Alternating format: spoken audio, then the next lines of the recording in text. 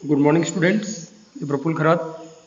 इसकी previous class के अंदर अपन ने 10th एनसीईआरटी मैथ्स 10वीं गणित की अध्याय क्रमांक 3 दो चर वाले रैखिक समीकरण युग्म की प्रश्नावली 3.2 का प्रश्न क्रमांक 1 और 2 को हल करवाया था। आज जो बाकी क्वेश्चन है उनको अपन हल करवाएंगे। उसके पहले कुछ इंट्रोडक्शन करवाते हैं। जैसे प्रश्न क्रमांक 2 है, अनुपातों A1/A2, B1/B2 और C1/C2 की तुलना करके ज्ञात कीजिए कि निम्न समीकरण युग्म द्वारा निरूपित रेखाएं प्रतिच्छेद करती है, समांतर है अथवा संपाती है। तो विद्यार्थियों, यहाँ पर अपने को इन अनुपातों की तुलना करके बताना है कि रेखाएं प्रतिच्छेद करती है, समांतर है या संपाती है।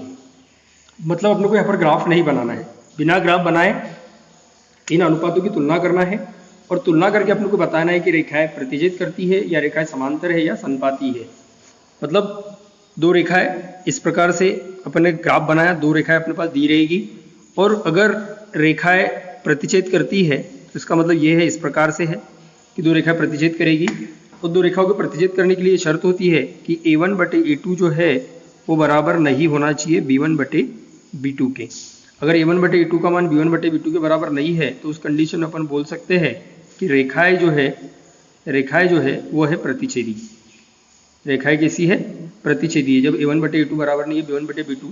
जब रेखाएं समांतर होती है तो समांतर रेखाएं ऐसी होती है जिनका कोई कॉमन बिंदु नहीं होता, जिनका कोई प्रतिच्छेद बिंदु नहीं होता। तो समांतर रेखाएं के लिए शर्त है कि A1/A2 बराबर है B1/B2 पर बराबर नहीं है C1/C2। ऐसे शर्त के अंदर रेखाएं जो है वो समांतर होती है। रेखाएं जो है वो कैसी होती है विद्यार्थियों? समांतर होती है। तीसरी जो होती है रेखाएं संपाती। संपाती मतलब ये एक रेखा है और उसके ऊपर और एक रेखा, उसी का ग्राफ उसी के ऊपर बनता है। तो संपाती रेखाओं के लिए क्या होता है कि A1/A2 बराबर होता है B1/B2 बराबर होता है C1/C2। तो ऐसी कंडीशन में जो रेखाएं होती है वो क्या होती है? संपाती होती है। तो ये तीन शर्तें हैं। ये अपन पहले सबसे पहले अपने पास A1/A2, B1/B2 और C1/C2 को निकाल लेंगे। तीनों को निकालने के बाद अपन कंपेयर करेंगे कि क्या भाई A1/A2 बराबर है B1/B2 के। अगर बराबर नहीं है तो रेखाएं प्रतिच्छेदी है। अगर दो बराबर है, तीसरा बराबर नहीं है तो रेखाएं समांतर है। और तीनों अगर बराबर है तो रेखाएं कैसी है? संपाती है। इस प्रकार से इसके आधार पर अपन प्रश्न क्रमांक 2 को हल कर सकते हैं। अब देखो, जब रेखाएं प्रतिच्छेदी होती है तो उस कंडीशन के अंदर एक अपने को हल मिलता है। जब रेखाएं प्रतिच्छेदी होती है एक हल मिलता है। वो जो हल होता है उसको बोलते हैं अपन अद्वितीय हल। जब रेखाएं प्रतिच्छेदी होती है तो कौन सा हल मिलता है? अद्वितीय हल। जब रेखाएं समांतर होती है तो कोई हल नहीं। जब रेखाएं समांतर होती है तो कोई हल नहीं। और जब रेखा संपाती होती है तो उस कंडीशन में अपने को मिलते हैं अनंत अनेक हल। अनंत अनेक हल। अब विद्यार्थियों, यहाँ पर दो कंडीशन में, दो शर्तों के अंदर एक अद्वितीय हल है और अनंत अनेक हल है। इसके अंदर अपने को हल मिल रहे हैं, चाहे वो एक मिले चाहे वो अनंत मिले। तो उस समय जो रैखिक समीकरण युग्म होता है, जो रैखिक समीकरण युग्म होता है संगत होता है। पहले और तीसरे के अंदर संगत होता है, क्योंकि इसके अंदर अपने को हल मिल रहे हैं, चाहे एक मिले या चाहे अनंत मिले, हल तो मिल रहे हैं। इसलिए ये होता है वो संगत होता है। बट जहाँ पर अपने को हल ही नहीं मिल रहे तो रैखिक युग्म जो है वो होता है असंगत। वो रैखिक युग्म कैसा होता है? असंगत रैखिक युग्म होता है।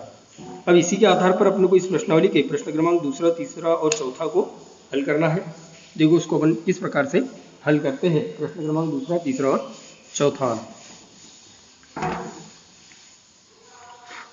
अब देखो विद्यार्थी, उसका दूसरा प्रश्न है, अनुपातों की तुलना करना। दो समीकरण अपने को बताना है कि रेखाएं प्रतिच्छेद है या समांतर है या संपाती है। तो दो रेखाएं अपने को दी है, दो रेखाओं के समीकरण अपने को दिए हैं।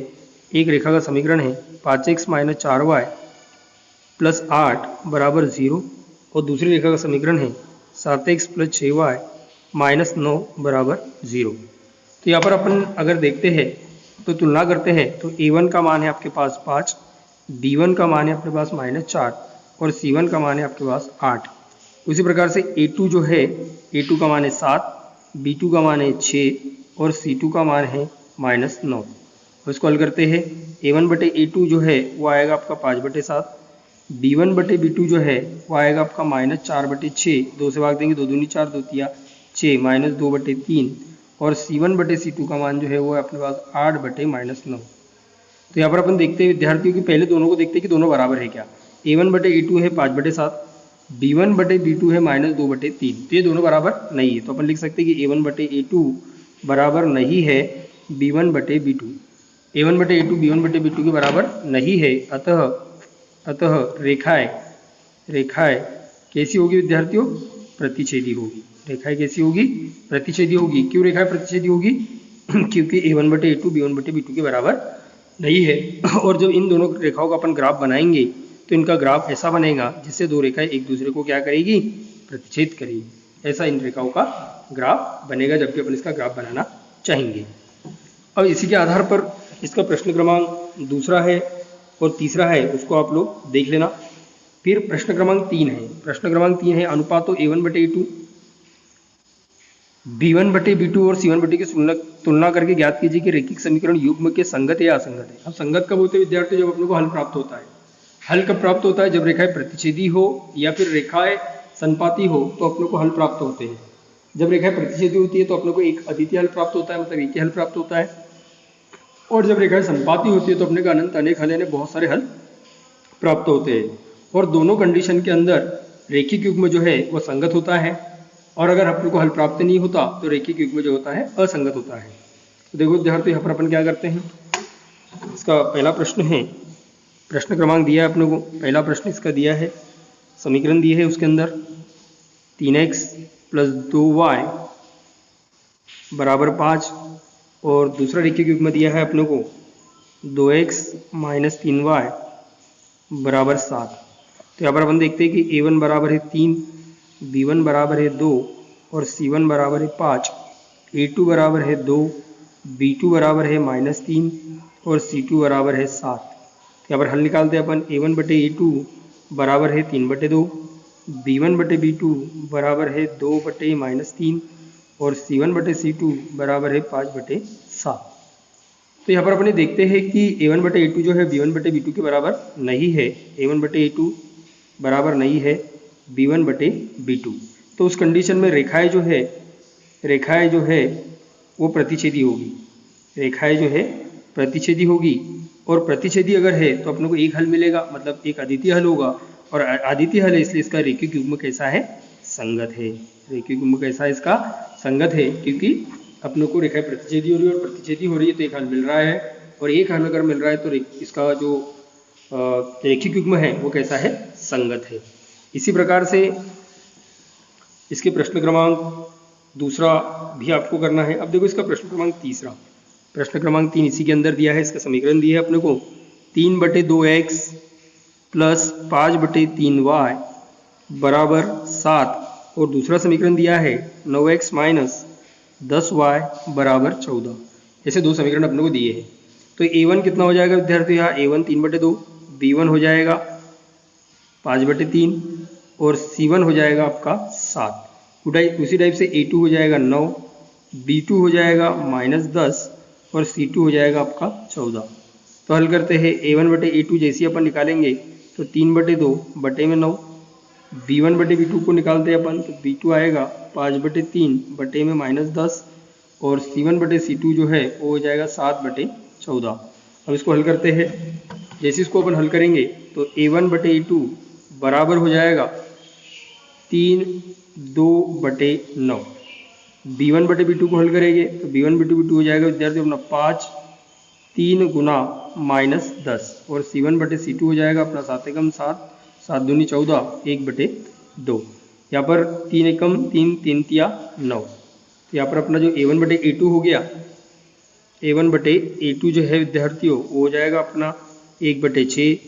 b1/b2 की बात करें तो b1/b2 हो जाएगा अपना 5 एकम 5 दूनी 10 -1/6 और c1/c2 जो है विद्यार्थियों वो हो जाएगा अपना 1/2। तो यहाँ पर अपन देख सकते हैं, यहाँ पर जब अपन ने हल किया दोनों समीकरणों को तो यहाँ पर भी 1/6 है, यहाँ पर भी 1/6 है, पर ये 1/6 प्लस का 1/6 माइनस का है। इसलिए अपन बोल सकते हैं कि a1/a2 बराबर नहीं है b1/b2। अगर a1/a2 b1/b2 के बराबर नहीं है तो ऐसे कंडीशन में अपन कहेंगे एक अद्वितीय हल है। और अगर एक अद्वितीय हल है तो रैखिक युग्म कैसा है? अगर एक अद्वितीय हल है तो रैखिक युग्म कैसा है? संगत है। संगत रैखिक युग्म। जब अपने को हल प्राप्त होगा तो रैखिक युग्म संगत होगा। अगर हल प्राप्त नहीं होगा तो रेखीय युग्म कैसा होगा? असंगत। इस प्रकार से यहाँ पर दूसरा और तीसरा प्रश्न के सभी प्रश्न आप लोगों को करने हैं और इसी प्रकार से प्रश्न क्रमांक चौथा भी आपको करना है। चौथे प्रश्न के अंदर लिखा है निम्न रेखीय युग्म से कौन सा युग्म संगत है और असंगत है। संगत और असंगत कैसे बताते हैं ये अभी अपन ने देखा, और यदि संगत है तो उसको ग्राफ की विधि से हल करना है। और ग्राफ कैसे बनाते हैं ये अपन 9वीं क्लास से भी और इस प्रश्नावली के अंदर भी अपन ने 3.2 के अंदर भी कुछ प्रश्नों को हल किया जिसके अंदर ग्राफ के बारे में अपन ने बताया है। बाकी जो है अपन अगले लेक्चर में देखेंगे। Thank you very much.